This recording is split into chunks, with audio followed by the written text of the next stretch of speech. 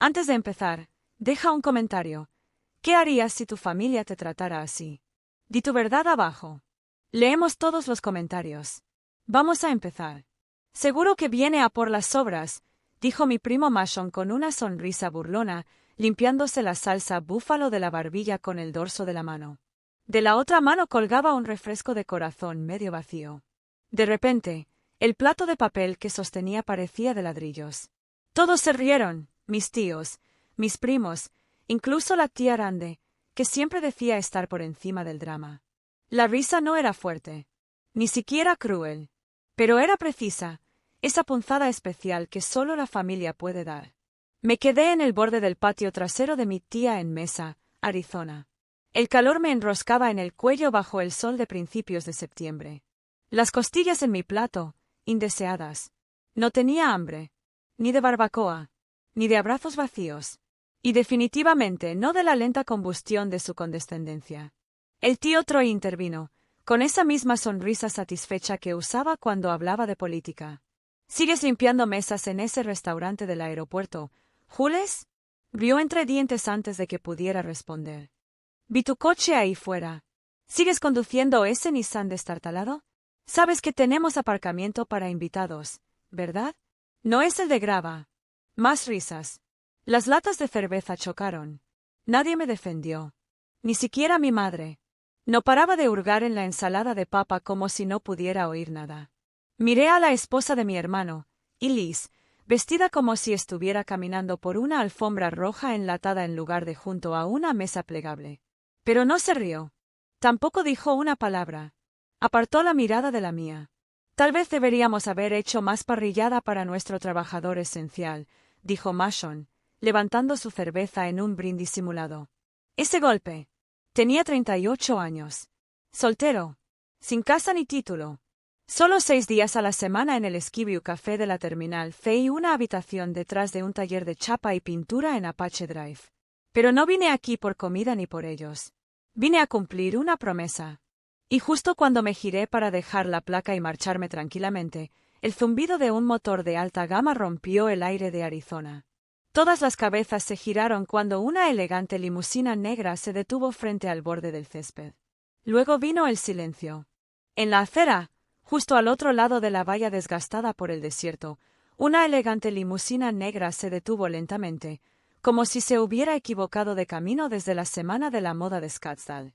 La luz del sol se reflejaba en su pulida carrocería, proyectando largos reflejos sobre el césped. Las puertas permanecieron cerradas durante demasiado tiempo. Alice, murmuró Mason. ¿Murió alguien? Troy entrecerró los ojos, todavía agarrando su bebida. ¿Es eso una limusina? El conductor salió, con traje negro planchado y gafas de sol de espejo, sin inmutarse por el calor. Rodeó el coche y abrió la puerta trasera. Y luego emergió. Alto. Traje gris carbón. Impecable, como si nunca hubiera visto una arruga. Movimientos limpios y seguros, como si el desierto se inclinara ante él. Toda cerveza se detuvo en el aire. Toda risita se desvaneció. Luego se volvió hacia mí, solo hacia mí, y sonrió. Su voz resonó por el patio trasero como un trueno distante. Olvidaste invitar al anfitrión. Nadie se movió. La sonrisa de Mason desapareció. La cuchara de servir de mamá cayó en la ensalada de papa. Troy escupió en su bebida. Di un paso adelante y dejé caer mi plato de papel al césped. «Hola, Ethan», dije con voz clara y tranquila. «Lo lograste». Y así, la risa murió para siempre. El silencio no era incómodo. Era sísmico. Las cigarras seguían zumbando. La grava crujía bajo los zapatos personalizados de Ethan al acercarse al césped, como si le perteneciera. Porque así era. Troy se recuperó primero, aclarándose la garganta. «Post, ¿de qué estás hablando?» Ethan se detuvo frente a la mesa plegable. Con un movimiento lento y experto, se quitó las gafas de sol. Su mirada recorrió a la multitud, aguda, astuta, peligrosa. «¿No es esta la barbacoa anual de la familia Bennett?», preguntó. «¿Por qué? Hasta donde sé, toda esta propiedad, el patio trasero, la hipoteca, la parrilla, incluso la mitad de sus camionetas estacionadas, la pagué yo». Las manos de mamá agarraron el borde de la mesa. Me moví a su lado, con los hombros erguidos. Hola a todos. Este es Ethan Carrington, mi socio comercial, dije. Y luego, sonriendo por primera vez en toda la tarde, agregué, y copropietario de Carrington Bennett Holdings. Mason parecía como si alguien le hubiera dado un puñetazo en el pecho. Y Liz parpadeó con fuerza, visiblemente calculadora. La mandíbula del tío Troy se crispó. Nunca era de los que se sorprendían, pero esto. Ya no tenía nada. Esa sí que es buena, se burló Mason, levantando su cerveza. ¿Formas parte de un imperio inmobiliario? Anda ya, Jules. Resopló teatralmente. Todavía hueles a patatas fritas. Ethan ni siquiera parpadeó. Se giró hacia el tío Troy con la serena cortesía de un depredador enroscado. De hecho, señor Bennett, acabamos de cerrar un proyecto comercial sin sentido de $48 millones en Flagstaff, dijo con naturalidad. Jules se encargó del trabajo de campo, permisos de zonificación y auditorías de contratistas. Es muy perspicaz. Una de las personas más capaces con las que he trabajado. Las palabras cayeron como un alfiler en una catedral. Pero aún no había terminado. Y como este patio trasero, y la escritura donde se encuentra, pertenece a Carrington Bennett Holdings, añadió Ethan, sacando un sobre elegante del bolsillo de su blazer. Quizás le convenga revisar las condiciones de ocupación actualizadas. Lo colocó suavemente sobre la mesa. Mason lo agarró antes de que Troy pudiera. Le temblaba la mano mientras leía, moviendo los labios. Finalmente, mamá encontró su voz. ¿Por qué la ayudarías? Es camarera. Me volví hacia ella, tranquilo y sereno. Porque mientras todos ustedes se reían, yo trabajaba doble turno y me pagaba las clases nocturnas. Entonces, hace 3 años, Ethan entró en Sky Brew a tomar un café. Dejó una carpeta.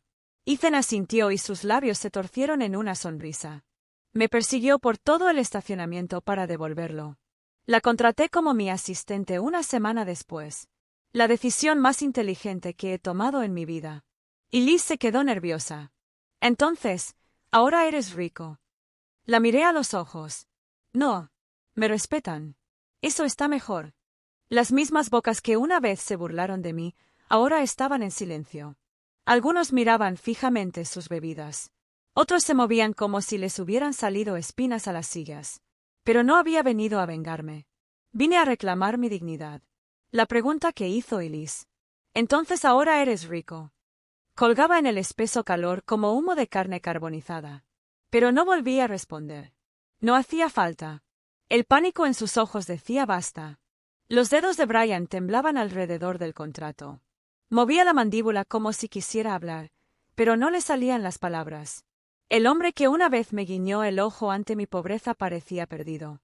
Se volvió hacia su madre en busca de apoyo, pero ella simplemente permaneció allí, quieta, en silencio, calculando cada insulto pasado que ahora parecía un boomerang.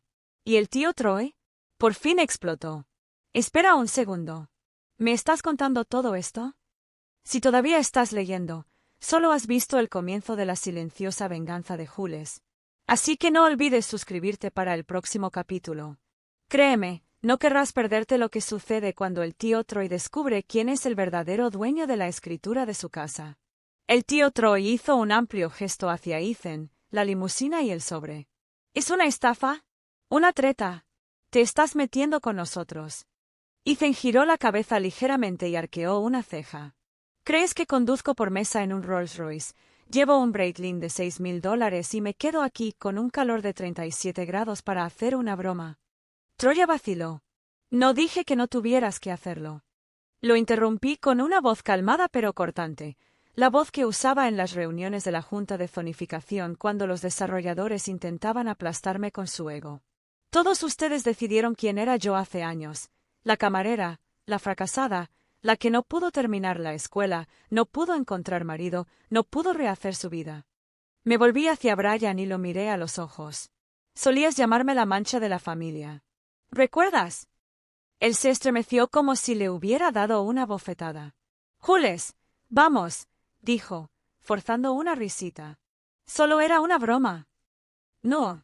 La palabra sonó nítida y definitiva. Los susurros se apagaron al instante. Nunca estabas bromeando. Ninguno de ustedes lo estaba. No cuando me hiciste sentar en la mesa de los niños a los 27. No cuando traje platos para compartir y te burlaste de mis recipientes de marca blanca. No cuando llegué tarde del trabajo y sonreíste como si eso demostrara algo. Miré a Elise, que tenía las manos apretadas alrededor de su copa de vino. El año pasado me preguntaste si todavía doblaba servilletas. Incluso mamá miró hacia otro lado. Ethan se acercó más, su presencia firme. Jules no solo tiene una carrera, dijo. Ha liderado 3 importantes proyectos de revitalización de viviendas en Arizona. Trabaja como si el futuro dependiera de ello, porque para muchas familias, así es. Brian se enderezó, intentando mostrar orgullo. No tenías por qué avergonzarnos, Jules. Eso me impactó. ¿Te avergüenzo?, repetí, dando un paso adelante. ¿Sabes qué es vergonzoso? Entrar en un patio lleno de tu propia sangre y que te traten como si fueras ruido de fondo. Tragué saliva. Que te pregunten si estás saliendo con alguien, como si una relación fuera la única señal. Vales algo, dije con la voz entrecortada. Que se burlen de ti por trabajar 6 días a la semana porque tu trabajo no incluye placa ni bono. Hice una pausa y lo dejé colgado. Lo peor, continué con voz firme, lo peor es que seguí volviendo, con la esperanza de que este año, tal vez, solo tal vez, finalmente me vieras. Todos ustedes siguieron redoblando sus esfuerzos, dije con voz firme. Troy se metió las manos en los bolsillos, erizado. Bueno, si esto se está convirtiendo en un desfile de lástima, creo que... No te irás a ningún lado, interrumpió Ethan con voz suave como el cristal, porque estás en mi propiedad y hay algunas cosas que me gustaría aclarar. El patio trasero quedó en silencio. Verás, continuó, ajustándose los gemelos con naturalidad, esta casa, la escritura ahora nos pertenece a Jules y a mí, lo que significa que, legalmente, ella es la dueña del terreno en el que estás parado. El jadeo que siguió se extendió por el patio como una brisa monzónica. Y a partir de esta semana, añadió Ethan, mirándome con una leve sonrisa de satisfacción, tu hipoteca está pagada en su totalidad. Ni tú ni el banco, sino nosotros. Él me miró de nuevo. Asentí, con una sonrisa fina pero aguda. Lo que significa que puedes terminar tu barbacoa, pero a partir de mañana revisaremos tus condiciones de ocupación. La cerveza de Brian se le resbaló de la mano y cayó con un suave ruido sobre la hierba. El pecho de mamá se elevó como si hubiera olvidado cómo exhalar. Y Liz parpadeó rápidamente, claramente tratando de no llorar. Y yo, por primera vez en años, no me disculpaba solo por estar allí. Estaba defendiendo mi valor, mi poder, mi verdad. El patio trasero, una vez lleno de risas y tintineo de botellas, ahora solo contenía silencio, excepto por el ronroneo bajo del motor de la limusina en la entrada. Camila y Liz dio un paso adelante, con la voz empalagosa y temblorosa. Jules, cariño, no tenía ni idea de que te fuera tan bien. Deberías haberlo dicho antes. O sea, somos familia. Incliné la cabeza y le dediqué una sonrisa lenta y deliberada.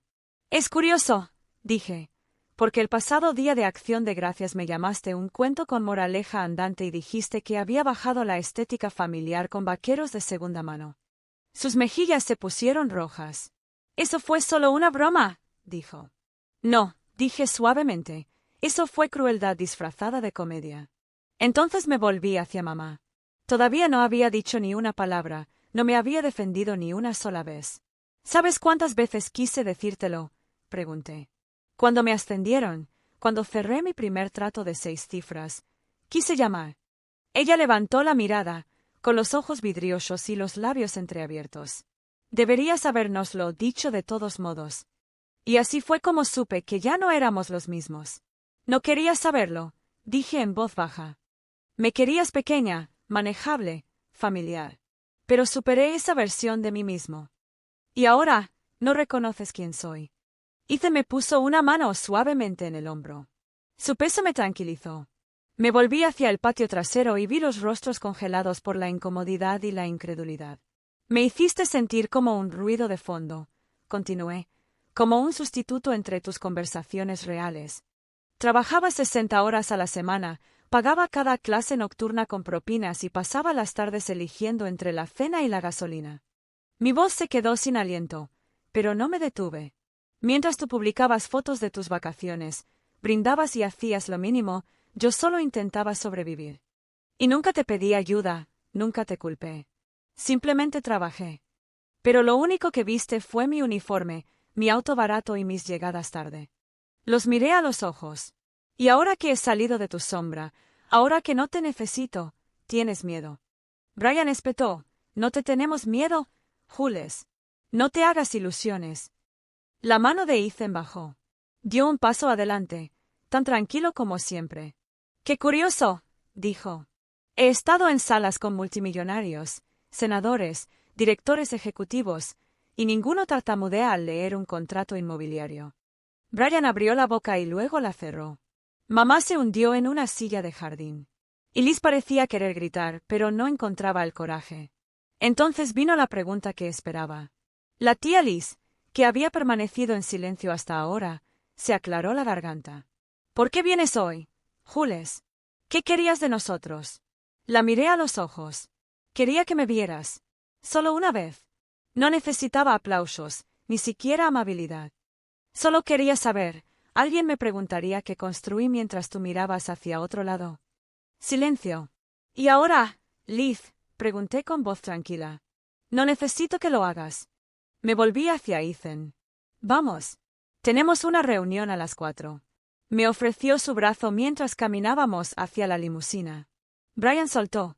Espera, entonces te vas después de todo esto. No miré atrás. No vine a vengarme.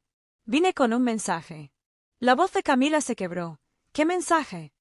Sonreí. Nunca fui la decepción. Simplemente nunca tuviste la visión para verme. La puerta de la limusina se cerró, el motor ronroneó y dejé que el sonido de la grava bajo las ruedas dijera el resto. El patio trasero se encogió tras nosotros, junto con la gente a la que una vez me doblé para complacer. Simplemente se quedaron allí parados como fantasmas en un funeral. Pero esta vez, no era a mí a quien lloraban. Era a la versión de mí que podían menospreciar, descartar. Más allá, Ethan se sentó a mi lado, en silencio, dejándome respirar. Después de un rato, rompí el silencio. ¿Crees que fui demasiado duro? Él me miró. No. Fuiste sincero. Simplemente no están acostumbrados a eso. Asentí, cruzando las manos sobre el regazo. La limusina estaba silenciosa, pero no incómoda. Era el silencio del cierre, de un peso que se levantaba tras años de tragarme las palabras que debería haber dicho. No planeé humillarlos, dije suavemente. Lo sé, respondió Ethan. No los humillaste, te liberaste. Dejé escapar un suspiro que no me había dado cuenta que había estado conteniendo durante 10 años. Esa tarde tuvimos nuestra reunión, sala de juntas pulida, voces pulidas. Presenté un nuevo plan de desarrollo para un proyecto de viviendas ecológicas en un barrio que se parecía mucho a aquel en el que crecí. Solo que esta vez, escucharon. Vieron los números. Vieron el plan. Me vieron a mí. Esa noche volví a casa, a mi verdadero hogar, un loft tranquilo y soleado, con las paredes cubiertas de libros que antes solo admiraba a través de un cristal.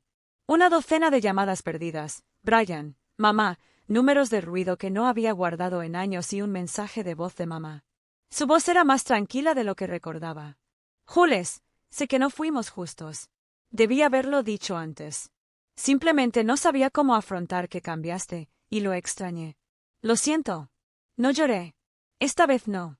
Guardé el mensaje de voz, no para pedir perdón, sino porque importaba. Más tarde esa semana, visité Ski Café, no como camarera, sino como invitada. Jodie me abrazó como si nunca me hubiera ido. Pareces un director ejecutivo ahora, Jules, se rió.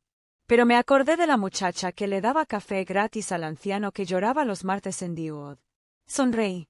Ese fin de semana, recibí una carta de mi prima Natalie, la única que no se había reído ese día. Ella se disculpó y dijo que me admiraba. Almorzamos. Hablamos. Y me di cuenta, no todos eran el enemigo. Algunos simplemente tenían demasiado miedo para mantenerse en pie. Pero ya no tenía miedo. Yo nunca fui el chiste. Yo era la tormenta que no vieron venir. Y apenas estaba empezando. Si alguna vez te han subestimado, quiero saber de ti. Deja un comentario. Dime qué habrías dicho en mi lugar o que te hubiera gustado que te dijeran cuando te ignoraron. Leo cada palabra. Tu apoyo significa más de lo que crees. Y si sigues jugando a lo pequeño para que los demás se sientan cómodos, deja de hacerlo. Alza la voz. Ocupa tu espacio. Construye tu vida, aunque nadie te aplauda todavía. Suscríbete si mi historia te dice algo, porque yo no he terminado de crecer, y tú tampoco. Déjales ver lo que nunca pensaron que podrías llegar a ser.